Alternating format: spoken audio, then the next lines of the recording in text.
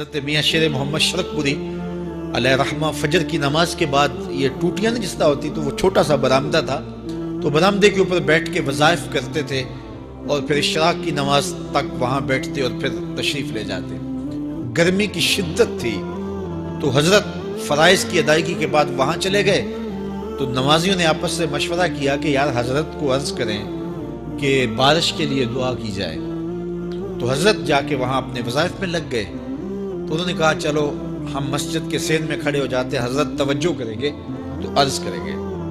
تو جتنے نمازی تھے وہ سارے صحن میں کھڑے ہو گئے اور برآمدے کے اوپر میاں صاحب وظائف میں لگے۔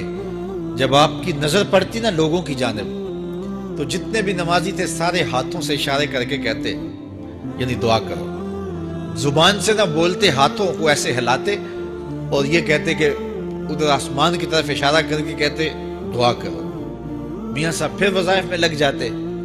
پھر جب میاں صاحب کی آنکھ اٹھتی نا تو یہ سارے ہاتھ اٹھاتے اور آسمان کی طرف ہاتھ اٹھا کہتے، میاں صاحب پھر وظائف میں لگ جاتے۔ جب 2-3 مرتبہ ایسا ہوا نا تو میاں صاحب کی ہنسی نکل گئی اور ایسے آسمان کی طرف دیکھ کے کہا چل ہن پا دے۔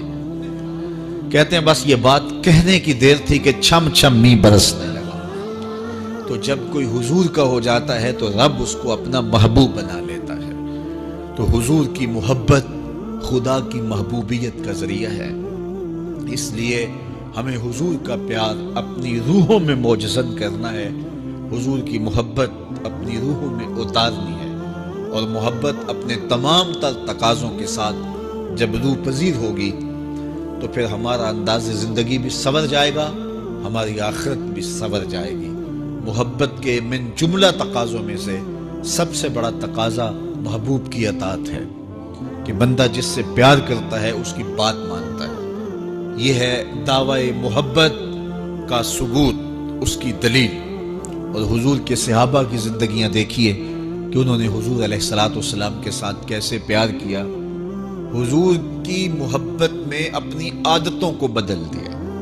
حالانکہ عادتیں نہیں بدلی جاتی، 2 سکے بھائی ہوں، رشتہ کتنا گوڑا ہے، اور ایک گھر میں پرورش پائی ہے، ایک گود میں پلے ہیں، ایک باپ کے گہوارہ تربیت میں رہے ہیں، لیکن طبائع میں اختلاف یہ ایک فطری بات ہوتی ہے۔ ہمارے پاس لوگ آتے ہیں، 2 سکے بھائی ہوتے ہیں، ایک کی طبیعت ادھر کو جا رہی ہوتی ہے، دوسرے کا مزاج ادھر کو جا رہا ہوتا ہے، ایک سخت نرم مزاج ہوتا ہے اور دوسرے کی آنکھوں سے انگارے پھوٹ رہے ہوتے ہیں، ایک معاف کر دینے والا ہوتا ہے، ایک سخت وسیلہ ہوتا ہے، ایک کی طبیعت کے اندر تلخی کی چنگاریاں ہوتی ہیں اور ایک کی طبیعت کے اندر نرمی کے پھول ہوتے ہیں، آپ نے بھی دیکھا ہوگا۔ تو یہ ایسا ہوتا ہے۔ اب اسی طرح کھانے پینے کی چیزوں میں طبائع کا اختلاف یہ فطری بات ہے، ایک کو ایک چیز پسند ہوتی ہے، دوسرے کو وہ چیز پسند نہیں ہوتی ہے۔ بعض کا ماں کو مسئلہ ہوتا ہے کہ یہ چیز اگر میں تیار کرتی ہوں تو میرا دوسرا بیٹا نہیں کھاتا، تو اس کے لیے بعد سے الگ سے کوئی چیز تیار کرنی پڑتی ہے کہ اس کی ڈیمانڈ یہ ہے اور میرے اس بیٹے کی ڈیمانڈ یہ ہے۔ مائیں مزاج سمجھتی ہیں، ایک آغوش میں پرورش پانے کے باوجود خون ایک ہے، گہوارہ تربیت ایک ہے، دودھ ایک ہے، لیکن طبیعتوں کے اندر اختلاف پایا جا رہا ہے۔ لیکن صحابہ کی زندگیاں دیکھیے، انہوں نے اپنی طبیعتیں بھی حضور کی طبیعت کے سانچے میں ڈھال دی۔ حضرت انس بن مالک کو کسی نے دیکھا کہ وہ شوربے سے کدو کے ٹکڑے نکال نکال کے کھا رہے ہیں، تو کہا یہ کیا کر رہے ہو؟ کہا میں نے ایک دن حضور کو یوں کرتے ہوئے دیکھا تھا۔ تو طبائع کا اختلاف یہ ایک فطری اختلاف ہوتا ہے، لیکن صحابہ نے اس کو بھی چھوڑا اور حضور کی محبت کے سانچے میں ڈال دیا۔ پھر اس چیز کا انتظار نہیں کیا کہ حضور کا فرمان کیا ہے، حضور کی چاہت پہ اپنے مزاج کو بدلا۔ اللہ اکبر۔ حضور علیہ السلام مدینہ المنورہ کی گلی سے گزر رہے تھے، ایک گنبد نما مکان بن رہا تھا اور ایسے مکان حضور کو پسند نہیں تھے۔ تو آقا کریم علیہ السلام نے پوچھا یہ مکان کس کا ہے؟ کہا فلاں انصاری کا ہے۔ حضور گزر گئے، چہرے پہ تھوڑے سے ناگواری کے آثار حویدہ ہوئے۔ کسی نے اس صحابی کو بتا دیا کہ حضور گزرے تھے، تیرے مکان کو دیکھا، شاید پسند نہیں آیا۔ 2-4 دن کے بعد حضور دوبارہ گزرے، دیکھا کہ وہاں ملبے کا ڈھیر پڑا ہوا تھا۔ فرمایا اس صحابی کو بلاؤ. بلایا گیا. کہا میں پرسوں ترسوں گزرا تھا, تیرا مکان دیکھا تھا, یہ کیا ہوا؟ عرض کی میں نے گرا دیا. فرمایا کیوں؟ عرض کی سنا تھا آپ کو پسند نہیں, سنا تھا آپ کو پسند نہیں. میں اور آپ دیکھیں ہمارا کیا کیا حضور کو پسند ہے, سر سے لے کر پاؤں تک, نجی زندگی سے لے کے سیاسی زندگی تک, اپنے امور ذات سے لے کر کے اپنی معاشرتی زندگی تک, ہمارا کیا کیا حضور کو پسند نہیں, اور ہر وہ چیز بدل دیں جو حضور کو پسند ہے.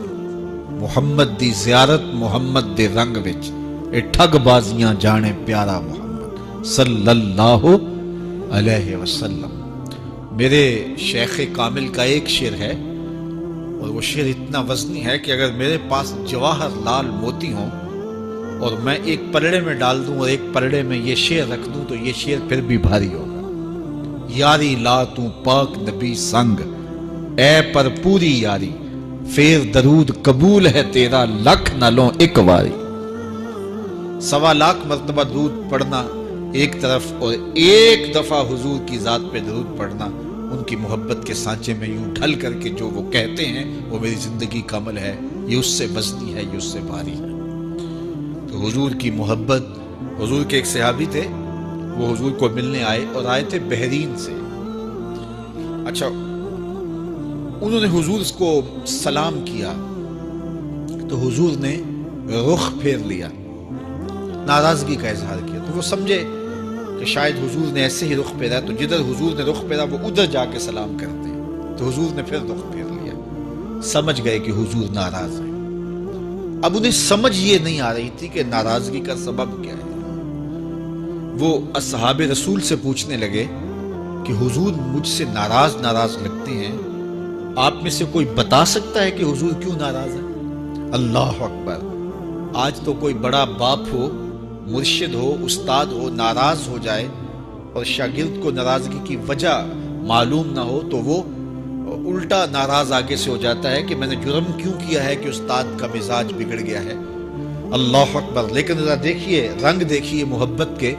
وہ صحابہ سے پوچھتا پھرتا ہے کہ حضور مجھ سے ناراض ہیں, مجھے بتائیے کہ کیا سبب ہوا. تو انہوں نے کہا کہ یہ تیرے ہاتھ میں جو سونے کی انگوٹھی ہے اس سے حضور ناراض ہے, کیونکہ حضور اس کو منع کر چکے ہیں. امت کے لیے سونا چاندی حضور نے امت کے مردوں کے لیے منع فرما دیا. صرف 4.5 ماشے سے کچھ کم کی انگوٹھی چاندی کی, اور وہ بھی عدد میں 1 ہو, شریعت نے جائز رکھی ہے. اگر 2 ماشے کی 2 ہوں گی تو پھر بھی جائز نہیں. عورت کو جائز ہے 10 انگوٹھیاں پہنے, سونے کی پہنے, چاندی کی پہنے, یہ اس کا زیور ہے. مرد کو زیور کی ضرورت نہیں ہے, زینت کی ضرورت نہیں ہے. لہذا مرد کے لیے 1 انگوٹھی رکھی گئی ہے, وہ بھی اس لیے کہ اگر وہ کہیں مشکل میں ہو تو اس کو بیچ کر کے 2 وقت کا کھانا لے سکے. باقی اس کے لیے انگوٹھی 4.5 ماشے سے کم کا چاندی یا سونا 1 ماشا ہی کیوں نہ ہو اس کے لیے جائز نہیں ہے. تو اس نے سونے کی انگوٹھی پہن رکھی تھی, لیکن اسے حرمت کا پتہ نہیں تھا.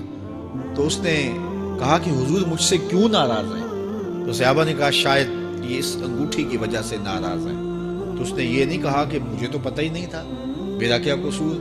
خیر, اس نے انگوٹھی اتار کے حضور کو پیش کرتے کہا حضور آپ اس وجہ سے ناراض ہیں؟ حضور نے انگوٹھی پکڑی اور ایسے پھینک دی. ناراضگی کی وجہ ختم ہو گئی. وہ بیٹھ گیا, بات شروع ہو گئی. اللہ اکبر. جب سلسلہ کلام ہوتا رہا, جب مجلس برخاست ہوئی, لوگ اٹھ کے گھروں میں جانے لگے, وہ بھی اٹھا اور الٹے پاؤں سے پیچھے چلا. تو کسی نے اس کو کہا وہ انگوٹھی تو اٹھا لو, سونے کی انگوٹھی ہے, قیمتی ہے, چلو تمہارے لیے پہننا جائز نہیں, تمہاری بیوی کے لیے تو جائز ہے. تو اس نے کیا جواب دیا سنیے. اس نے کہا واللہ لا آخذہ وقد طرحہ رسول اللہ صلی اللہ علیہ وسلم, اللہ کی قسم میں اس انگوٹھی کو کبھی بھی نہیں اٹھاؤں گا جس کو میرے حضور نے پھینک دیا ہے. تو یہ تھی ان کی محبت, یہ تھا ان کا انداز. تو آئیے میں اور آپ حضور سے اگر محبت کرتے ہیں تو حضور علیہ السلام کا طرز زندگی, حضور کا انداز معاشرت اختیار کریں. کثرت کے ساتھ مائیں بہنیں بیٹیاں بھی موجود ہیں, وہ بھی اپنی اولادوں کی تربیت اس نہج سے کریں کہ وہ حضور کی سنت, حضور کی سیرت, اور حضور کی اتباع کے سانچے میں ڈھل جائیں۔ زندگی کا مقصد ہی یہی ہے۔ آئے، بڑے ہوئے، جوان ہوئے، بوڑھے ہوئے، چلے گئے، ہم سے پہلے بھی چلے گئے، ہم بھی چلے جائیں گے، بعد میں آنے والے بھی چلے جائیں گے، لیکن حقیقی کامیابی اس کو نصیب ہوئی جس نے اس دنیا پہ آ کے دنیا کی زندگی کے مقصد کو سمجھا۔ ہم آئے کیوں تھے، زندگی کس لیے ہمیں دی گئی تھی۔ اکبر الہ آبادی نے کیا ستھری تنقید کی تھی، کیا بتائیں احباب کیا کارنمایاں کر گئے، بی اے کیا، نوکر ہوئے، پینشن ملی اور مر گئے۔ یہ کوئی کام نہیں ہے، ہماری زندگی کا کوئی مقصد ہے جس لیے ہم انسان ہیں، اشرف المخلوقات ہیں۔ دیکھیے گدھا سارا دن بوجھ اٹھاتا ہے، اللہ اکبر۔ میرے صاحب نے گدھے سے بھی ایک موازنہ کیا ہے کہ سارا دن جو ہے وہ بوجھ اٹھائے اور کام کرے، اور پھر مالک اس کو غذا بھی نہ دے، وہ جا کے روڑیوں سے اور باہر سے جا کے چل کے پھر آ کے کام مالک کا کرے، مالک اس کو دے بھی نہ، اور وہ باہر سے کھا کے آئے اور کام مالک کا کرے۔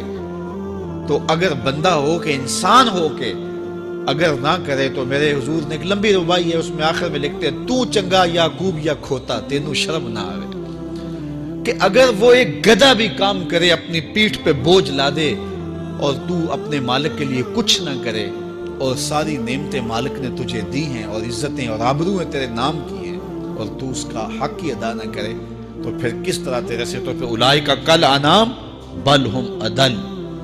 فرمایا تو چوپایا ہے بلکہ چوپایوں سے بھی بدتر ہے۔ تو میں اور آپ اپنے آپ کو انسان ثابت کریں، آج موقع ہے۔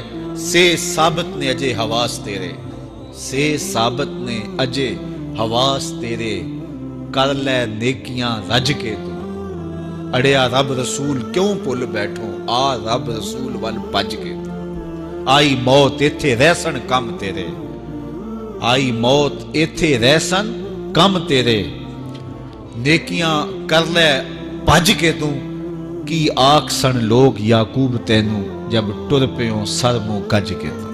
وہ وقت آئے گا جب تنیاں باندھ دی جائیں گی، جب دونوں جانب سے کفن باندھ دیا جائے گا، پھر پردہ ہٹا کے دیکھا جائے گا، پھر بند کر دیا جائے گا۔ وہ لمحے کتنے دردناک ہوں گے، وہ گھڑیاں کتنی دردناک ہوں گی۔ آج مجھے اور آپ کو اللہ نے موقع دیا ہے، تو آج حضور کی سیرت کو اپنانے کا، اپنی روحوں میں اتارنے کا عزم